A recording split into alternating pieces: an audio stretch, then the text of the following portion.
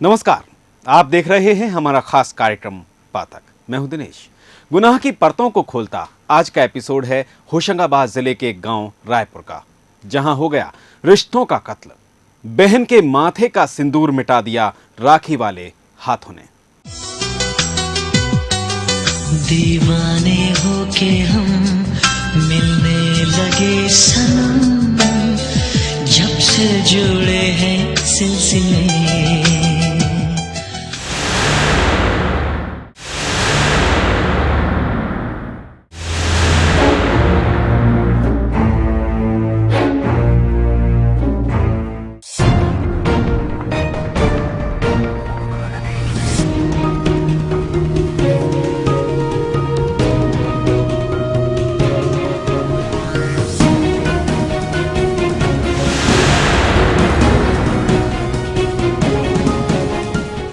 होशंगाबाद जिले का रायपुर, जहां रहता था संजय चौहान। हर किसी से उसकी दोस्ती थी, चाहे बच्चा हो, बड़ा हो या फिर हो बुजुर्ग। उसकी एक आवाज पर पूरा गांव इकट्ठा हो जाता। लेकिन इतने सारे दोस्तों में कुछ लोग ऐसे भी थे जो उसे पसंद नहीं करते थे। होशंगाबाद जिले से मात्र 5 किलोमीटर की दूरी पर बसा गांव रायपुर। जिले से करीब होने के कारण यहाँ के लोगों को कम ही एहसास होता था कि उनके गांव में किसी प्रकार की असुविधा है। इसी गांव में संजय चौहान रहता था। संजय का जन्म इसी गांव में हुआ था। जन्मभूमि होने के कारण गांव के सभी लोगों से उसका अच्छा खासा परिचय था। मिलनसार स्वभाव के चलते लोग उसे पसंद करते थे। पिछले कुछ सालों से संजय की धाक भी गांव में कई कारणों से बढ़ती जा रही थी। संजय शुरू से ही धार्मिक प्रवृत्ति का भी था। जब भी उसे समय मिलता तो वो गांव के ही मंदिर पर बुजुर्गों से ज्ञान की बातें भी सुन लिया करता था। इसीलिए वो बुजुर्गों का भी चहेता हुआ करता था।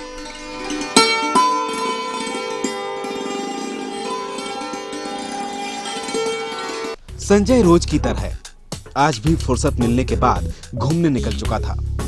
पास में ही बजरंग चौक स्थित पान की दुकान उसका खास अड्डा हुआ करती थी। संजय अपनी धुन में चला जा रहा था, लेकिन उसे ये नहीं मालूम था कि उसके ये कदम मौत की तरफ बढ़ रहे हैं। मौत के कदमों की आहट कब कोई सुन पाया है। वो इतने दबे पांव आती है कि लोग करवट भी नहीं बदल पाते। संजय चौहान को था खतरा, लेकिन किससे और कैसा खतरा?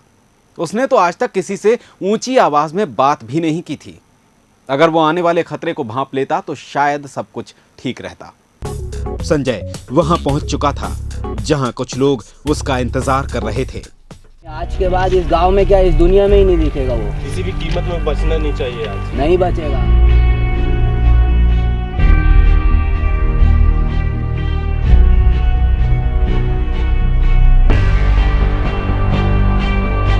जैसे ही संजय उनके नजदीक पहुंचा, उसके होश उड़ गए, क्योंकि सभी के हाथों में तलवारें थीं। संजय ने अकेले होने के कारण वहां से भागने में ही अपनी भलाई समझी और मौका देखकर वहां से भाग निकला। संजय के भागते ही चारों उसके पीछे लग गए।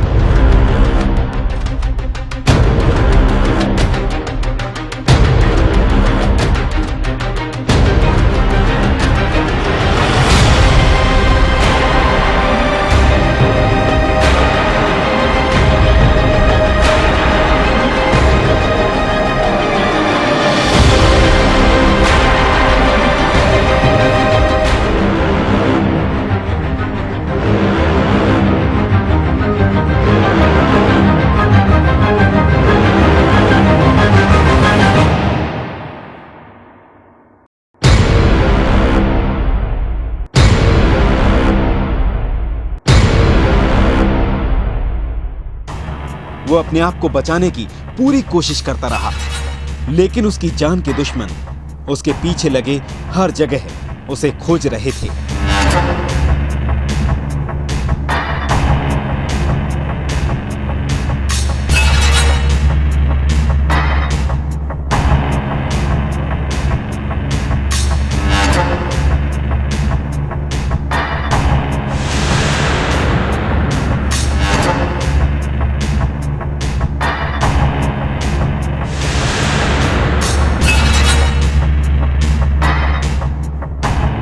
आखिरकार संजय उनके हाथ में आ ही गया।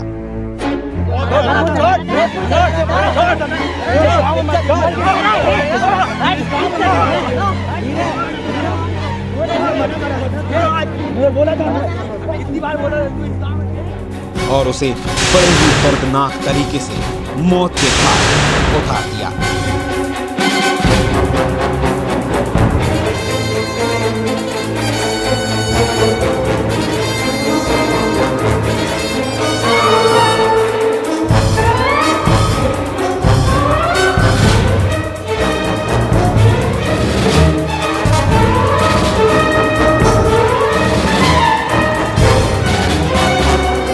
संजय की मौत होने के बाद चारों वहां से फरार हो गए। एक पल में ही संजय की जिंदगी खत्म हो चुकी थी।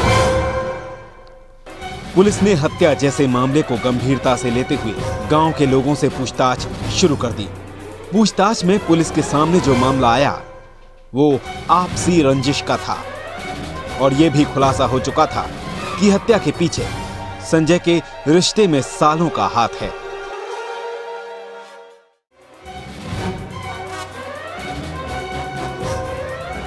पुलिस ने बिना समय गवाए चारों को हिरासत में ले लिया और शुरू हो गया पूछताछ का सिलसिला।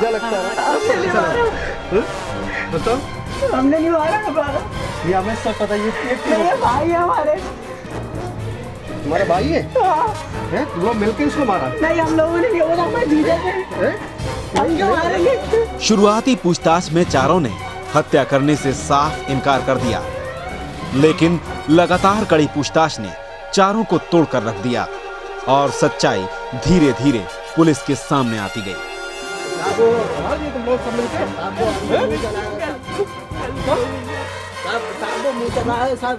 क्या कर रहे थे? तब उसको बोला था हमने कि ये गाँव छोड़ के सब बोला था गाँव।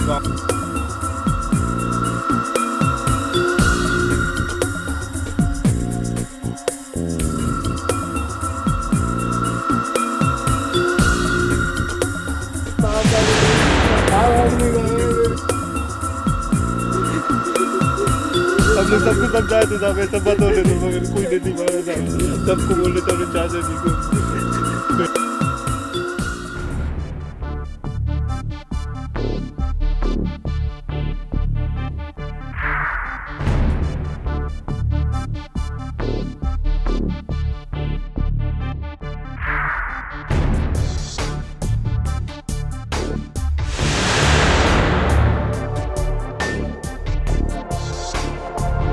वो उसने हमारी बहन के साथ शादी करी थी। हम लोगों ने मना करा था, फिर भी उसने शादी करी। हमारी मर्जी के हिसाब से शादी हुई थी। तो फिर वो हम लोग को मंजूर नहीं थी। फिर क्या हुआ? तो वो चारों कातिल थे संजय के ससुराल पक्ष से, जिन्होंने उसे घात लगाकर कर दिया मौत के हवाले। लेकिन क्यों साले ने अपने जीजा का कर दिया खून, दिखाएंगे एक छोटे से ब्रेक के बाद।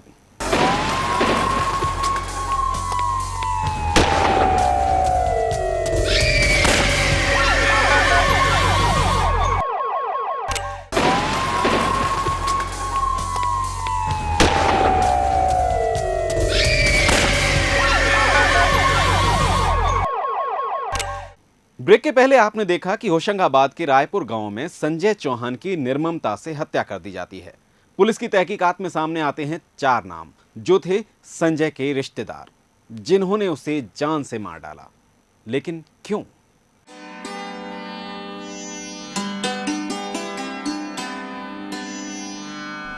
गौर परिवार काफी बड़ा था। परिवार के अधिकतर लोग हम उम्र थे। और क्या चल रहा है बेटा तुम्हारा? ठीक चाचा जी हमारा। आप बताइए, आप कैसे हैं? बस बेटा अपना तो चल रहा है बढ़िया काम काज। तुम सुना बेटा? बढ़िया चाचा, सबसे आपका आशीर्वाद। आपके आशीर्वाद। बस बेटा मेरा आशीर्वाद दो मुझे तुम्हारे साथ में।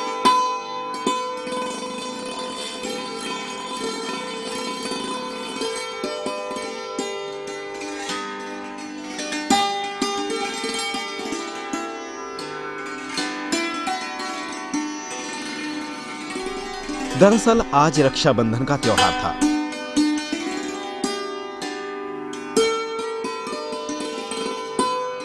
गौर साहब के चारों भतीजे सुनीता से राखी बंधवाने के लिए उसका इंतजार कर रहे थे।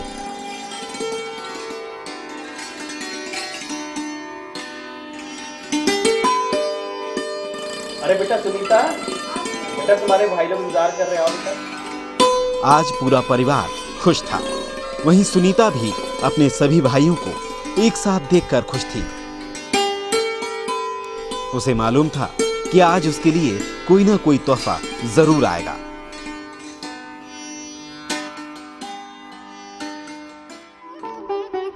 मेरे भैया मेरे चंदा मेरे अनमोल रतन, तेरे बदले मैं ज़माने की कोई चीज़ न लूं। मेरे भैया मेरे चंदा मेरे अनमोल रतन, तेरे बदले मैं ज़माने की कोई चीज़ न लूं।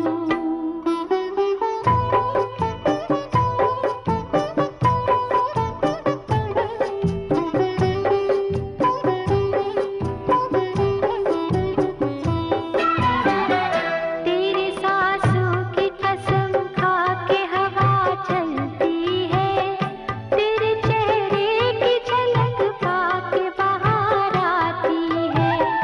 एक पल भी मेरी नजरों से जो तू ओझल हो, हर तरफ मेरी नजर चलो बहुत हो गया, मेरे गिफ्ट पार आती है।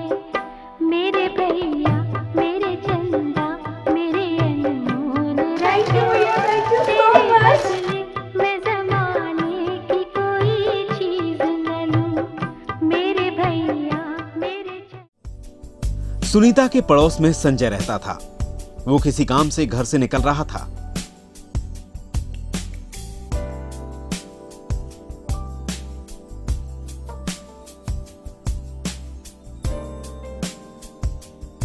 वहीं सुनीता भी अपने घर के सामने कुछ काम कर रही थी।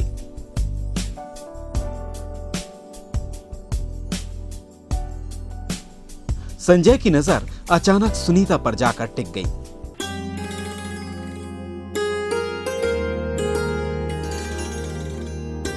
दरअसल सुनीता और संजय बचपन से ही एक दूसरे को जानते थे।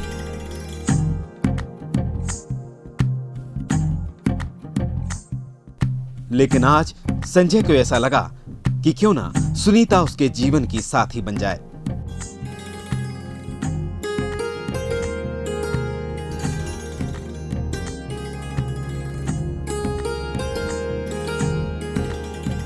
और आंखों ही आंखों में दोनों ने अपने प्यार का इजहार कर दिया।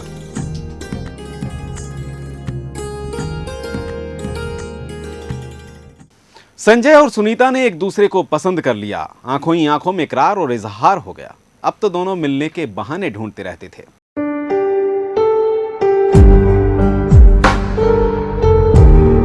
सुनीता ने भी संजय के लिए सपने संजोने शुरू कर दिए।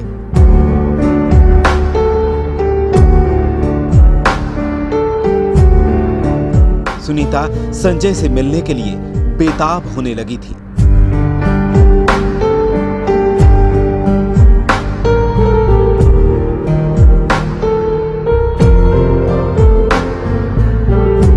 वहीं संजय का भी कुछ यही हाल था।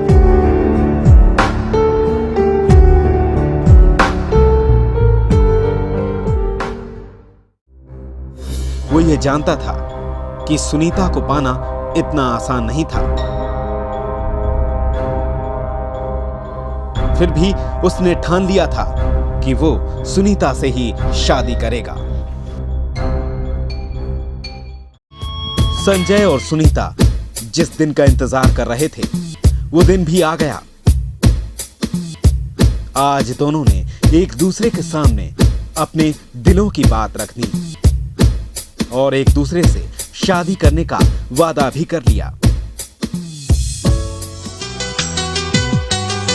दीवाने होके हम मिलने लगे सनम, जब से जुड़े हैं सिलसिले, आंखों से रूठ कर नींदें चली गई, ना जाने कैसे गुल खिले,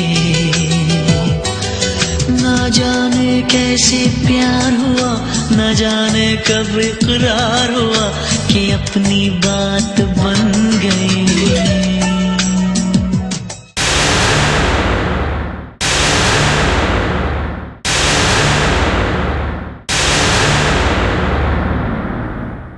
सुनीता और संजय को साथ साथ देख लिया सुनीता के चचेरे भाई ने। वहीं उन दोनों की नजर उस पर नहीं पड़ी। खून के घूंट पीकर सुनीता का भाई वहां से चला गया सीधा अपने चाचा यानी सुनीता के पिता के पास। घर पहुंचकर जब ये बात उसने अपने चाचा को बताई तो उन्हें इस बात पर भरोसा नहीं हुआ।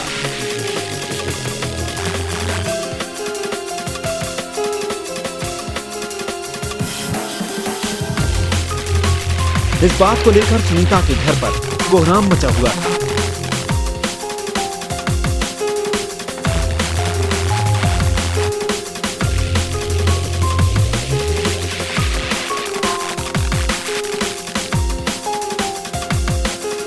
तभी सुनीता का आना हो गया।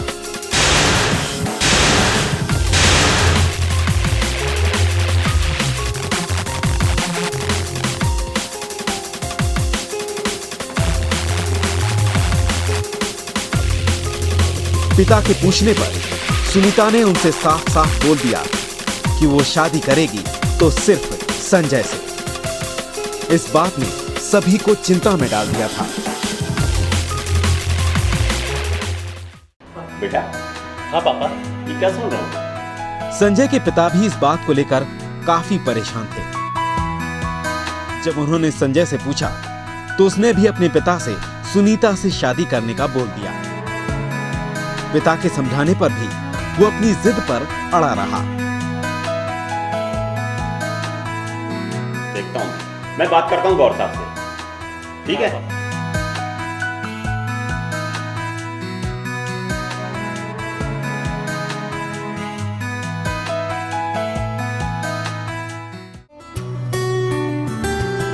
जब दोनों परिवारों ने संजय को समझाने की कोशिश की तो वो अपनी जिद पर अड़ा रहा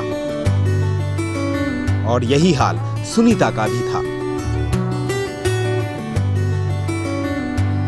संजय और सुनीता की जिद ने दोनों के परिवारों को झुका दिया।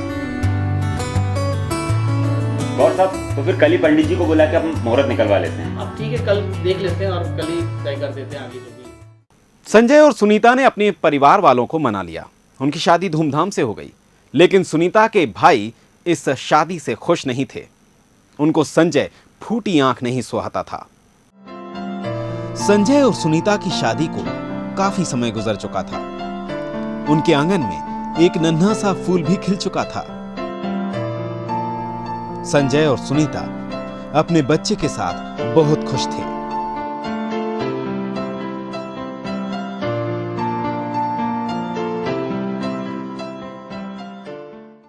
सुनीता के चारों भाई संजय यानी अपने जीजा को जान से मारने पर उतारू थे। उनको तो बस संजय को ठिकाने लगाना था। वहीं संजय को उनकी धमकियों में दम नजर नहीं आता था।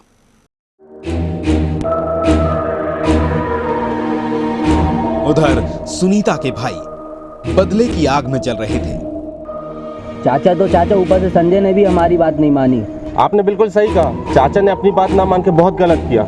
आप बिल्कुल सही बोल रहे हो भाई। उसने हमें कहीं नजरें मिलाने के काबिल नहीं छोड़ा है। जहाँ गांव में जाओ, जहाँ जाओ, वहाँ जाओ, कहीं भी मुंह उठाने के काबिल नहीं छोड़ा है उसने। क्या करें अब बताओ? आज उसको ढंग से समझा दो या हम लोग उसको जान से मार देंगे। अब बर्दाश्त से बाहर है।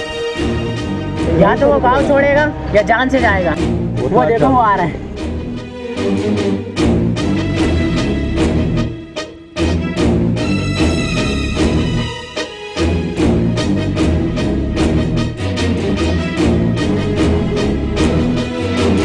संजय जब भी इनके सामने आता तो चारों से जान से मारने की धमकी दिया करते थे। चाचा जी को तो हम कुछ कह नहीं सकते। आवाज नीचे कर। आवाज नीचे कर। भाई देख रहा है। संजय पर उनकी धमकियों का कोई फर्क नहीं पड़ता था।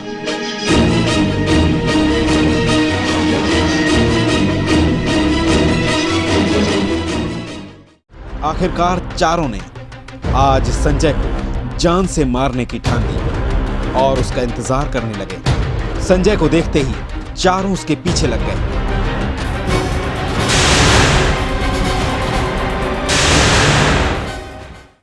सुनीता जिन भाइयों की कलाइयों पर राखी बांधती थी, आज उसी के सिंदूर को उन्होंने अपने हाथों से मिटा दिया। हम लोग ने शादी करी थी, एक साल बाद ये लोग सब परिवार वाले रंजिश रखते थे। हाँ, फिर उन लोग ने ऐसा कर दिया। अब एक बच्चा है हमारा, हाँ, उसके ही सहारे जीना है। संजय चौहान की नृशंस हत्या की गई थी, जिसके संबंध में आरोपी रामचरण, मदन, भैया जी, मोटा और रमेश, जो सभी गौर जाति के थे, इनको आजीवन कारावास की सजा भारतीय दंड विधान की धारा 302/34 में फैसला सुनाया गया। सुनीता जिनके हाथों में बांधती थी राखी, उन्हीं हाथों ने मिटा दिया उसकी मांग का सिंदूर। दोनों की शादी हो जाने के बाद भी उन लोगों का संजय के लिए बैर कम नहीं हुआ। उस फूल से बच्चे का क्या कसूर था जिसके पिता को उसके मामाओं ने मार डाला? अगर समय रहते उन लोगों को कोई समझाइश मिल जाती तो कलंकित होने से बच जाते रिश्ते और बना रहता बहन का विश्वास और सुहाग। सावधान रहिएगा, कहीं कोई बैर आपके आसपास तो नहीं पनप रहा। फिलहाल पातक में इतना ही। हम फिर हाजिर होंगे किसी और गुनाह के पीछे का सच लेकर। तब तक आप रहिए खबरदार।